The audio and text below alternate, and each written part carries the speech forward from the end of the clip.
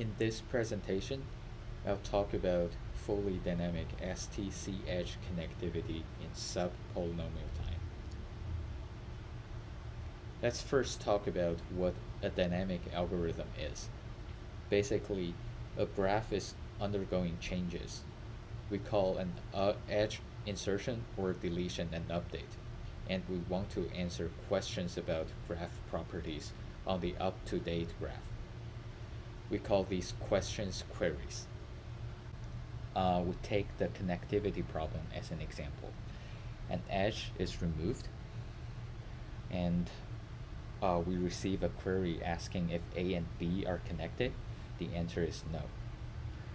Another edge is added. We receive another query asking if C and D are connected. This time the answer is yes. The goal is to update the graph and answer queries as fast as we can. The next question is, what is C-edge connectivity? Basically, in a graph, two vertices are C-edge connected if the minimum cut separating them has size at least C, which also means there are C-edge destroying paths connecting these two vertices, which also means there's no way to disconnect them by removing fewer than C edges from the graph. When C is equal to 1, the C-edge connectivity problem becomes the connectivity problem. In this example, A and B are 2-edge connected, but not 3-edge connected. B and C are 3-edge connected. For the fully dynamic STC-edge connectivity problem, we get a fixed C before the algorithm starts, and then the graph receives updates and queries. The queries are about the C-edge connectivity between arbitrary pairs of vertices, and the queries are not known beforehand. For example, if we remove an edge and ask if B and C are still 3-edge connected, the algorithm should return no. Again, the goal is to design data structures that can handle both edge insertions and deletions and determine whether any two vertices are C-edge connected or not at any time efficiently. Previously, for C values that are small constants, we have these results. For the connectivity problem, the best existing results are a polylog n-time randomized algorithm proposed by Capron et al. In 2013, and a subpolynomial time deterministic algorithm proposed by Xiaorui et al. In 2020. For C equal to 2, Fredrickson gave a square root of m time algorithm in 1997. This algorithm was improved to square root of n log m over n by Epstein et al. After applying a sparsification framework. If we allow amortization, which roughly means measuring the time needed for a sequence of updates and then divide it by the number of updates, there is an amortized polylog n-time algorithm proposed by Hensinger et al. In 2001. For C equal to 3, Galileo et al. Gave an m to the 2/3 algorithm that was subsequently improved to n to the 2/3 by applying the sparsification framework. For larger C, there's no known online subpolynomial time algorithm.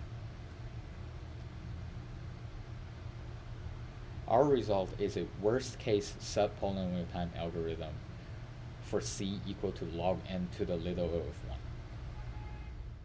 We note that all the previous results try to preserve C-edge connectivity between all pairs of vertices, but in our algorithm, we maintain a special set of vertices and preserve only C-edge connectivity between any two special vertices. This data structure is called a vertex sparsifier. The idea of vertex sparsifier is given in this recently published work by Kalamsuk et al. Basically, take a special set of vertices called the terminals and get a smaller graph that maintains the C-edge connectivity between any pair of terminals. In this example, there are two terminals A and B. We can clearly see that at least two edges need to be removed to disconnect A and B. Therefore, a C-edge connectivity vertex sparsifier of this graph with respect to these terminals can be this. The minimum cut separating A and B in both graphs have size 2.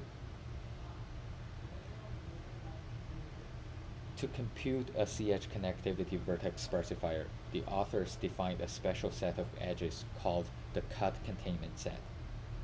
Intuitively, a cut containment set is a set of edges such that every partition of terminals has a minimum cut that is contained in the cut containment set, which means the cut only uses edges from the cut containment set.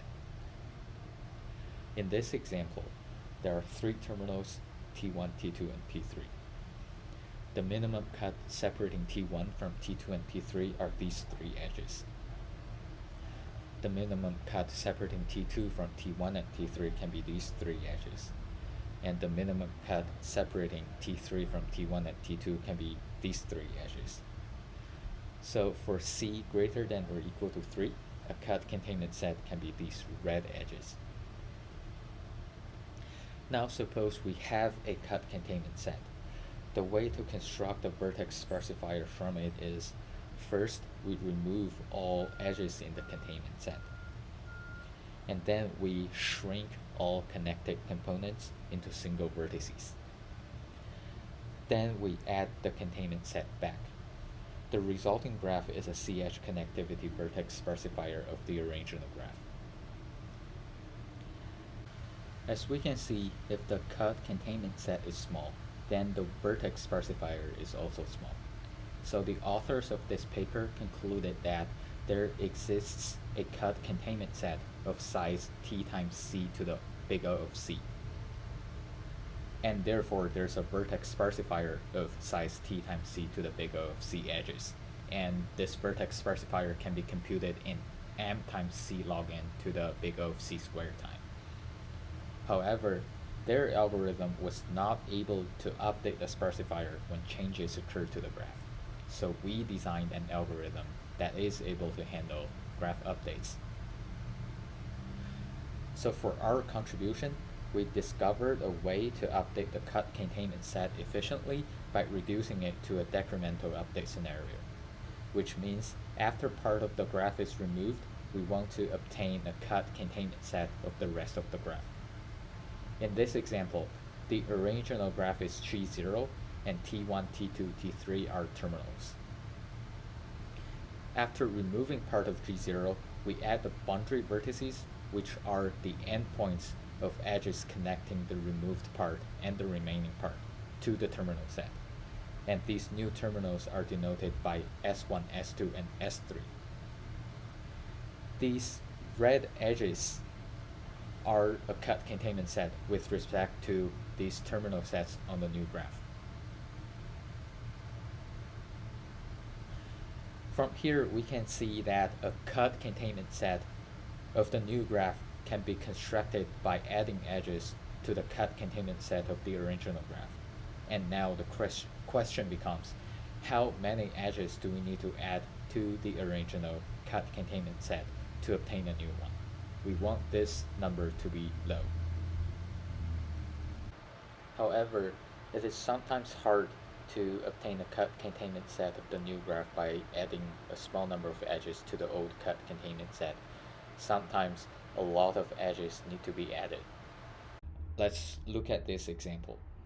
We have a graph G0, the terminal set T0 that contains lowercase u0 to u alpha minus 1, which are these terminal vertices in G0.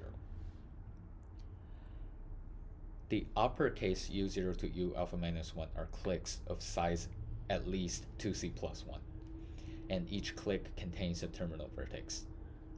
There are c edges between each two neighboring cliques.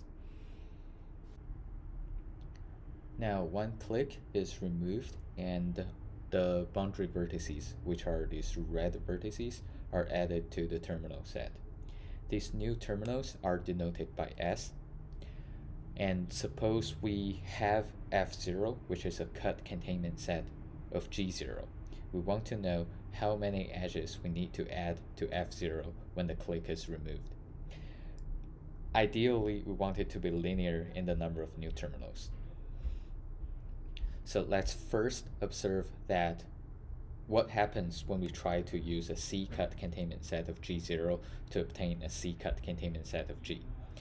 The first observation is that F0 can be empty because in G0 there's no cut of size at most C separating terminals.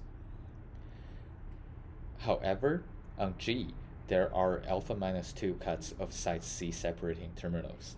Basically, if we remove any C edges between two neighboring clicks, the cut it forms separates terminals.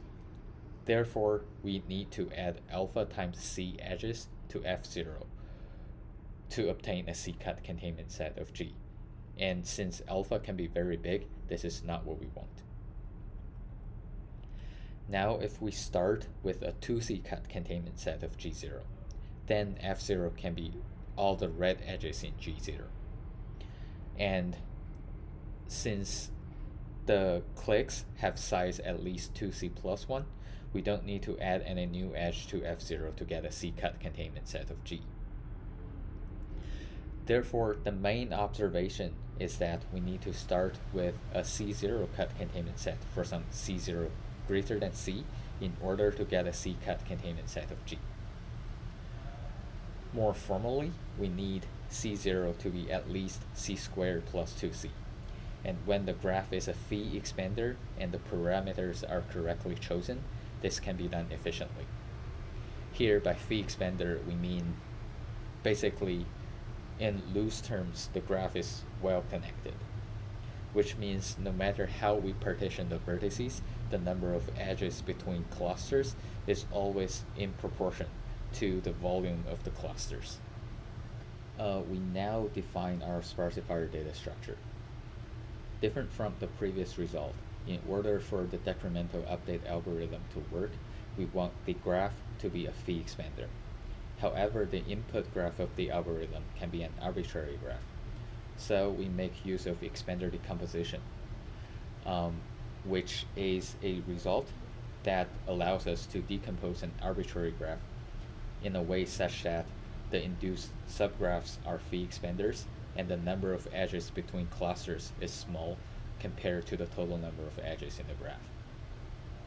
In this example, we decompose the graph on the left to the graph on the right.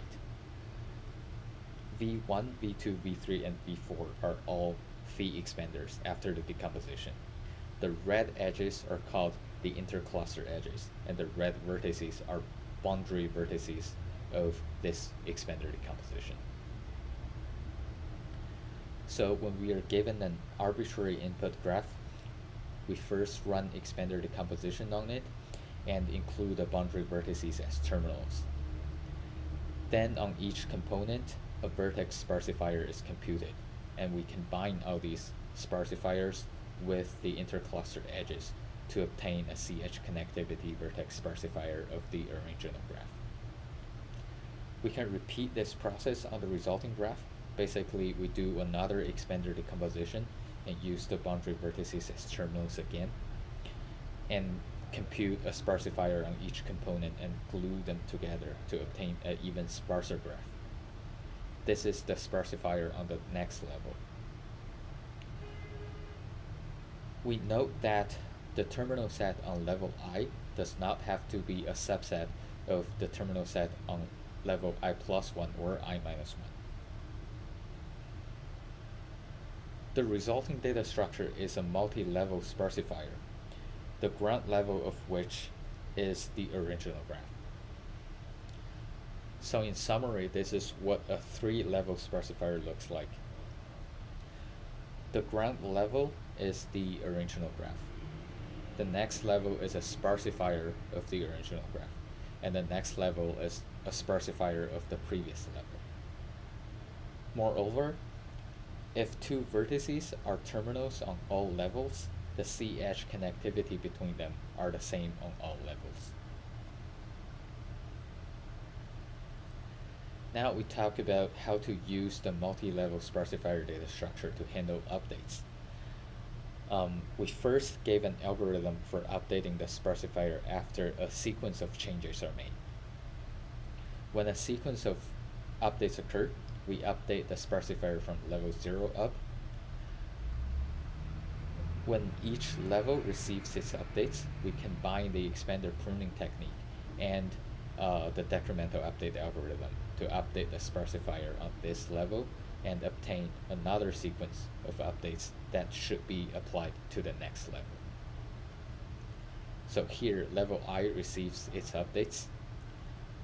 We update the Sparsifier according to this update sequence, return a new update sequence for level I plus 1, update the level I plus 1 Sparsifier, and return another update sequence for level I plus 2. The multi-level update algorithm has the following properties. First, all vertices involved in updates are terminals on all levels. Second, by choosing parameters carefully, the length of the new update sequence on each level and the number of levels can be small. So overall, this update can be done efficiently. And there's a standard technique to turn an algorithm that handles a sequence of updates with amortized runtime into a fully dynamic algorithm with worst case update and query time. So we can use this to turn our algorithm into a fully dynamic one. Now we talk about how to answer queries. To answer a query, when a query occurs, we generate an update sequence of constant length such that the two queried vertices are involved, but the update sequence does not change the graph. For example, when we are queried about the CH connectivity between two vertices A and B, we insert an edge between A and B and then delete it. These two updates does not change the graph. But after we apply this update sequence to the graph,